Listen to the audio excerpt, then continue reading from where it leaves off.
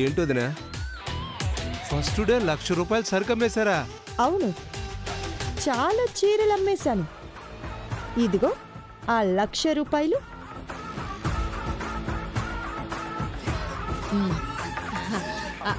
అవును, మహా చీరలు అమ్ముతుంటే అందరూ ఎగబడి కొన్నారు. ఆ రద్దీ తట్టుకోలేక మధ్యలోనే మొబైల్ దుకాణం కట్టేసి వచ్చేసాం.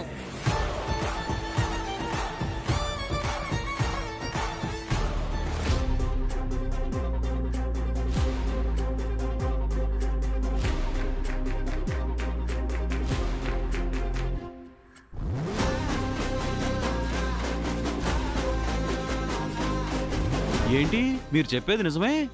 ఈ డబ్బులు చూస్తుంటే తెలియడం లేదా అన్నయ్య? నేను చెప్పాను కదా మావయ్య, పిన్ని ఏదైనా సాధిస్తుందని. గ్రేట్ మహా, నువ్వు ఏ బిజినెస్లో అడుగుపెట్టినా తిరిగే ఉండదు. అవును బావుగారు, ఇక సీత ఓడిపోయినట్లే. తను ఇంటికి వస్తే షాక్ అవుతుంది.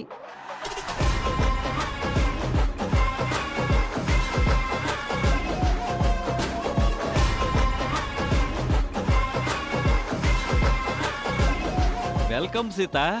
మొదటి రోజు ఆఫీసులో అదరగొట్టేశావంట కదా? అవును బాబాయ్. ఏంటి నువ్వు అదరగొట్టింది? ఏవో 4 మాటలు బట్టి పట్టి మాట్లాడితే అదే గొప్ప అనుకుంటున్నావా?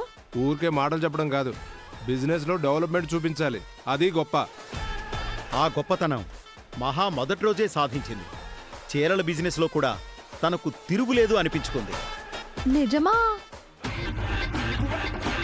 అవును సీత, పిన్ని మొదటి రోజే 1,00,000 రూపాయల చీరలమ్మింది. 1,00,000 రూపాయలే? అంత మొత్తంలో నేనెప్పుడూ అమ్మలేదు. నీకు మహాకు తేడా లేదా సీత? మహా తలుచుకుంటే ఏమైనా చేయగలదు. ఒక్క రోజులో 1,00,000 రూపాయల సరుకు అమ్మిందంటే వారంలోపు మొత్తం అమ్మేస్తుంది. అందులో అనుమానమే లేదన్నయ్య. పైగా మహావదనకు అర్చన తోడైంది కదా.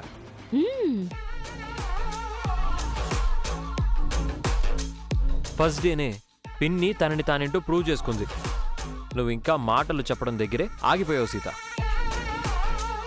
ఏంటి సీత, అందరూ నన్ను పొగుడుతుంటే తట్టుకోలేకపోతున్నావా? అసూయగా ఉందా? నిజంగానే మీరు చేసిన పనికి తట్టుకోలేకపోతున్నాను అత్తయ్య. అసూయ కాదు, అసహ్యంగా ఉంది. మీరిద్దరూ చేసిన పనికి సిగ్గేస్తోంది.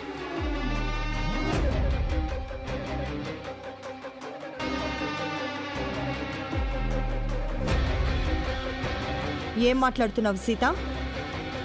మేమేం చేసాం? చెప్తాను, ఆగండి. డ్రైవర్,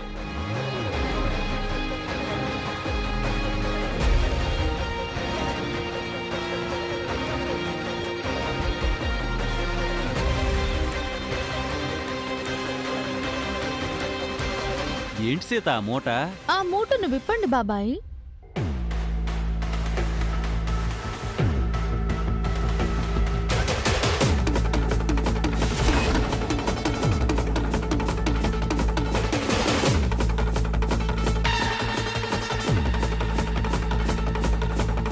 ఈ చీరలేంటి సీత? మీ పిన్ని వాళ్ళు అమ్మాము అని చెప్పిన చీరలు మామా. వీళ్ళు ఉదయం నుంచి ఒక్క చీర కూడా అమ్మలేదు. ఉత్తి చేతులతో ఇంటికొస్తే పరువు పోతుందని కొన్ని చీరలు మూటగట్టి రోడ్డు పక్కన పడేశారు.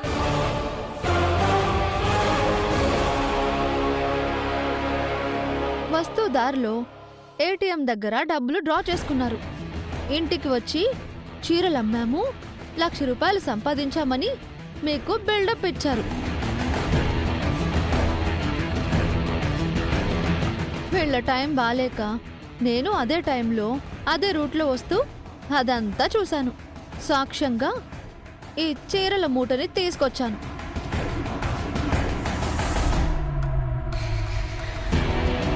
నేను ముందే అనుకున్నాను సీత, వీళ్ళు ఇలాంటిదేదో ముష్టి ప్లాన్ వేస్తారని. నీకు అడ్డంగా దొరికిపోయారు. ఏంటి పిన్ని, సీత చెప్పేది నిజమా? మీరు అలా చేశారా? ఇంకా అర్థం కాలేదా అల్లుడు? దొంగలు దొరికిపోయారు. మీకు చేత కాకపోతే ఛాలెంజ్ నుంచి తప్పుకోవాలి కానీ ఇలా చేయడం ఏంటి మహా? మీ పరువు మీరే తీసుకున్నారు. ఛీ!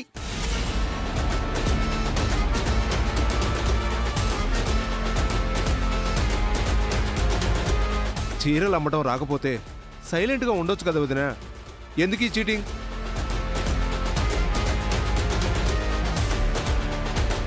మీరు నిజం చెప్పుంటే బాగుండేది పిన్ని. అబద్ధం చెప్పి మిమ్మల్ని మీరు అవమానించుకున్నారు.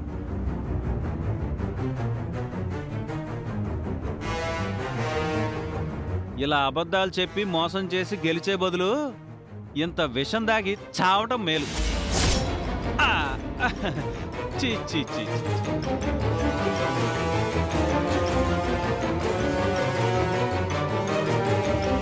ఏంటత్తా మీ మొహాల మీద మీరే ఉమ్మేసుకున్నారు. చాలా చండాలంగా దరిద్రంగా లేదు? ఓడిపోతానన్న భయంతో మీరిలా చేశారని నాకు అర్థమైంది. భయపడేవాళ్ళు ఎప్పుడూ గెలవలేరు. ఓడిపోవడానికి రెడీగా ఉండండి. నాతో పెట్టుకుంటే ఇలాగే ఉంటుంది.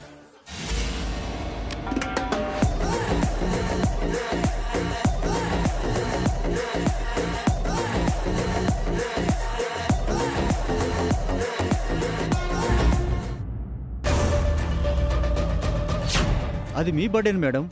మీ తోటి కోడల్ని ఎలా ఒప్పిస్తారో అది మీ ఇష్టం. తన కూతురు మా కోడలు కావాల్సిందే.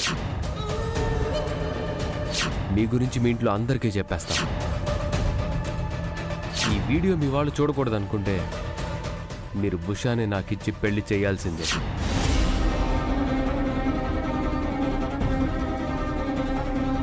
అర్చన ఈ పెళ్లి ఒప్పుకోవడం లేదు. పెళ్లి జరగకపోతే వాళ్ళు వదిలేలా లేరు. ఏం చెయ్యాలి?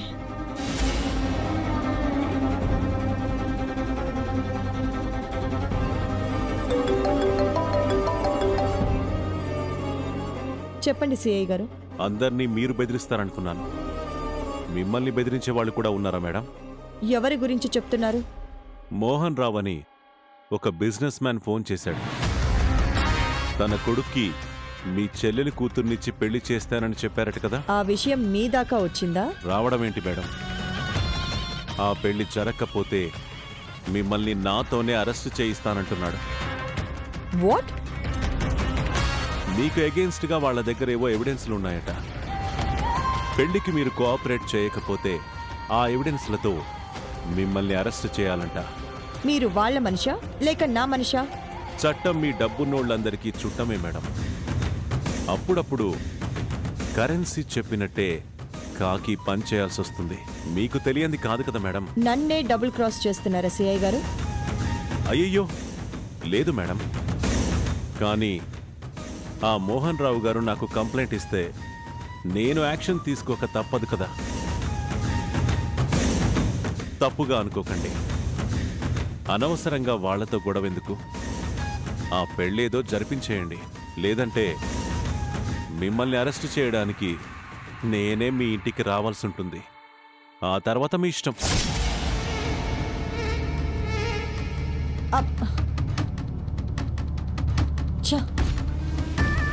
పోలీస్ బుద్ధి చూపించాడు. నన్నే బెదిరిస్తాడా?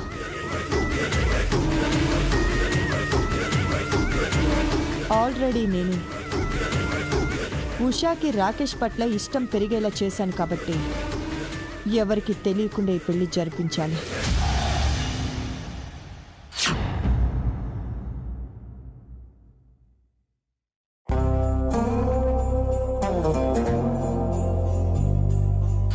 మీరు మేనేజర్ కలిసి స్టాఫ్ దగ్గర ఆ డీటెయిల్స్ కలెక్ట్ చేసి ఒక ఫైల్ పెట్టి నాకు సబ్మిట్ చేయండి. అరగంటలోనా? ఎస్, హాఫ్ అన్ అవర్లో. అది కష్టం మేడం. అయితే రిజైన్ చేసి వెళ్ళిపోండి. అమ్మో, సీత మామూలుది కాదు. ఆఫీస్ని అల్లాడించేసింది.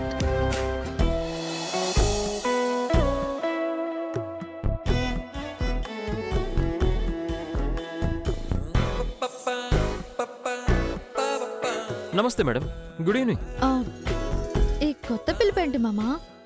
మీరు ఆఫీస్లో చూపించిన పర్ఫార్మెన్స్ ఇంకా నా కళ్ళ ముందు మెదులుతుంది మేడం.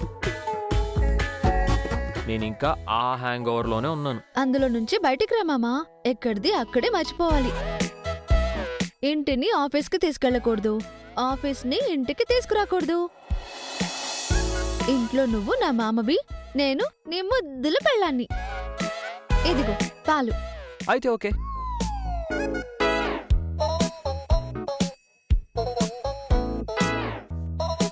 పాలల్లో షుగర్ లేదా? చప్పగా ఉన్నాయి. చక్కెర కలిపాను మామా. లేదు, కావాలంటే నువ్వు కాస్త తాగి చూడు.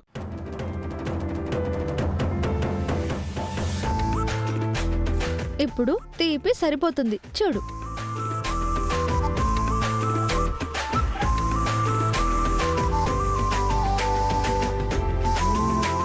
సరిపోలేదు, ఇంకా స్వీట్ కావాలి. అవునా?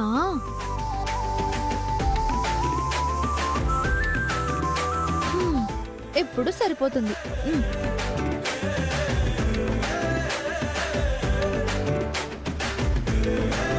అబ్బా, ఇంకా చప్పగానే ఉన్నాయి, ఇంకా స్వీట్ కావాలి. నీకు ఇలా సరిపోదు మామా. అల్లరిగా అల్లికగా అల్లేసిందే నన్నే అనబోగా మూలలనా నీ వలన మోగిందం మోనాలో పిల్లనా.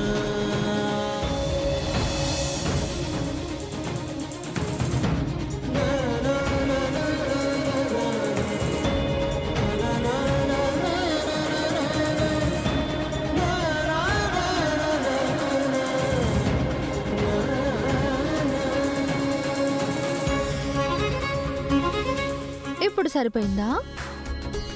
చాలా ఎక్కువైంది. అయితే వెనక్కి తీసుకోనా? I'm ready.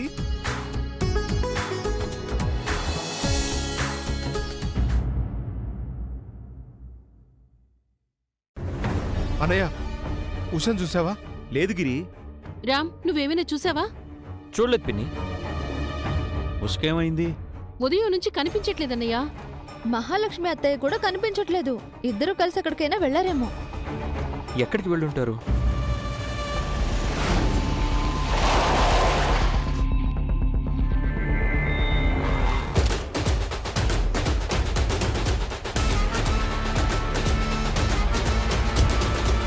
అదిగో మహాలక్ష్మి వచ్చింది.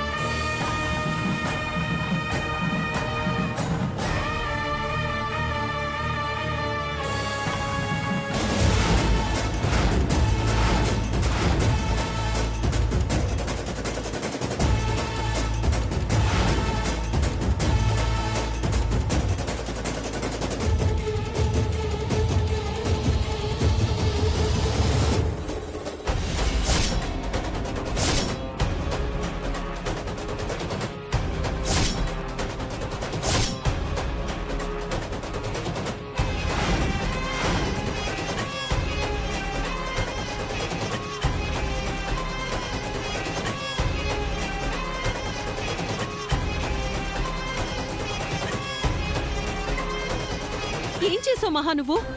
మాతో చెప్పకుండా వీళ్ళ పెళ్లి చేసి తీసుకొస్తావా? ఈ దుర్మార్గుడితో పెళ్లి చేసి నా కూతురు గొంతు కోసావా నువ్వు? ఎంత పనిచేసావు వదినా? మాతో మాట మాత్రం కూడా చెప్పకుండా ఉష జీవితాన్ని నాశనం చేశావు.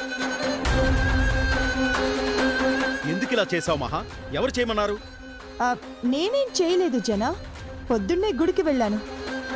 అక్కడ వీళ్ళు పెళ్లి చేసుకొని కనిపించారు. రాకేష్ వాళ్ళ ఇంటికి వెళ్ళిపోతుంటే మన ఇంటికి తీసుకొచ్చాను. ఏంటి, గుళ్ళో పెళ్లి చేసుకున్నారా? ఎవరిని అడిగి చేసుకున్నారే?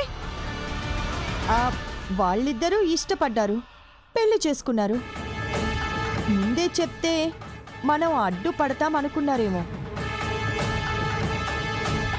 ఎంత ఇష్టమైనా ఎవరికీ చెప్పకుండా పెళ్లి చేసుకోవడం కరెక్ట్ కాదు కదా పిన్ని. కనీసం మీకైనా చెప్పాల్సింది. ఈ ఇంట్లో ఎవరి పెళ్లి నా ఇష్ట ప్రకారం జరిగింది రామ్. నీ పెళ్లి నాకిష్టం లేదు. రేవతి పెళ్లి మా అందరికీ ఇష్టం లేదు. ప్రీతి పెళ్లి ఎలా జరిగిందో అందరికీ తెలుసు. కానీ ఈ పెళ్లి నీకు తెలియకుండా జరిగుండదు మహా.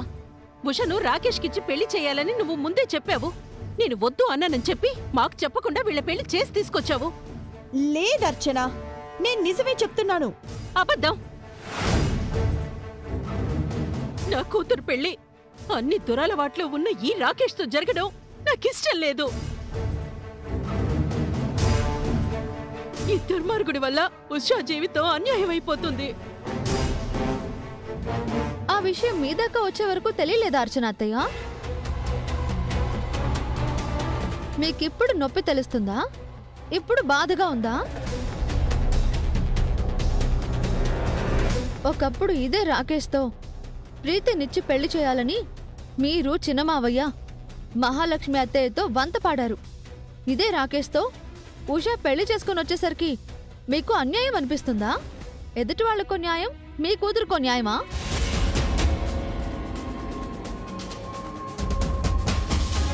అందుకే అంటారు, ఎదుటి వాళ్ళ చెడు కోరుకుంటే అది తిరిగి వచ్చి మన మెడకే చుట్టుకుంటుంది అని. అప్పుడేదో జరిగింది. ఇప్పుడు ఉషా లైఫ్ ఇలా స్పాయిల్ అవ్వడం కరెక్ట్ కాదు కదా సీత. ఆ మాట మీ పిన్నిని అడుగు మామా. మొదటి నుంచి ఈ రాకేష్ని వెనకేసుకొస్తుందే ఆవిడ. ప్రీతితో రాకేష్ పెళ్లి తప్పిపోయింది అని ఇప్పుడు ఉషని తగిలించింది. ఈ రాకేష్తో పెళ్లి చేయడానికి ఆవిడకేం అవసరం వచ్చిందో ఏమో మరి. ఏంటి అందరూ నేను వెదవని అన్నట్టు మాట్లాడుతున్నారు? నాకు కోట్ల ఆస్తుంది.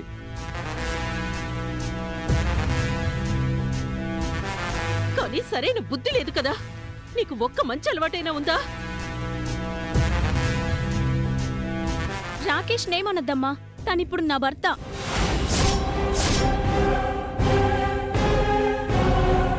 అయినా పెద్దమ్మ రమ్మంటేనే ఇక్కడికి వచ్చాం, కానీ మీతో మాటలు అనిపించుకోవడానికి కాదు. మేము సరాసరి మా అత్తారింటికి వెళ్ళుంటే మాకు హారతిచ్చి ఇంట్లోకి తీసుకెళ్లేవాళ్ళు. మీరేమో మమ్మల్ని అనరాని మాటలు అంటున్నారు. అయితే అక్కడికి వెళ్ళి చావే. ఏం చూసుకుని వాడిని ఇష్టపడ్డావే? మళ్ళీ నా కంటికి కనిపించుకో. వెళ్ళిపో.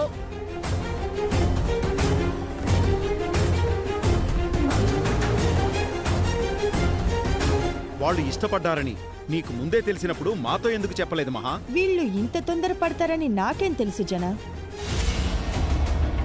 సమయం చూసి చెప్పాలనుకునే లోపు పెళ్లి చేసేసుకున్నారు.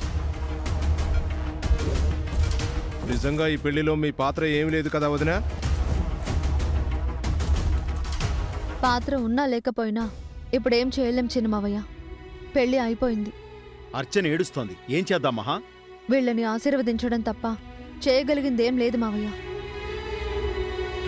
అవును బావా, జరిగిందేదో జరిగిపోయింది. ఇక జరగాల్సింది చూడండి. అర్చనకి ఇష్టం లేని ఈ పెళ్లిని నేను కూడా ఆశీర్వదించను.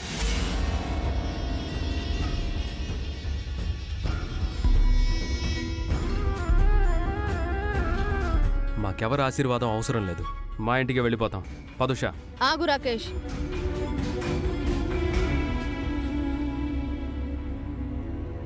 మాకు ఎన్ని గొడవలున్నా ఉషా మా ఇంటి ఆడపిల్ల. నిన్ను నమ్మి పెళ్లి చేసుకుంది. నువ్వు మంచిగా చూసుకుంటే సరే సరి, లేదంటే నా ఆడపడుచు కోసం నేను ఏం చేయడానికైనా వెనకాడను. నీ గుట్లు నా దగ్గర చాలా ఉన్నాయని మర్చిపోకు.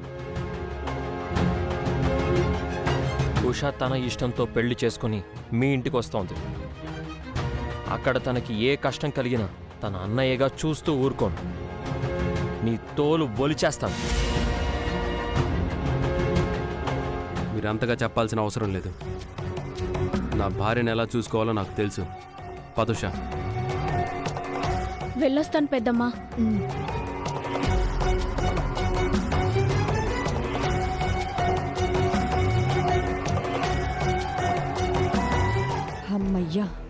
ఓ భారం తీరిపోయింది. ఇక ఆ మోహన్ రావు నా మీద పగ సాధించాడు.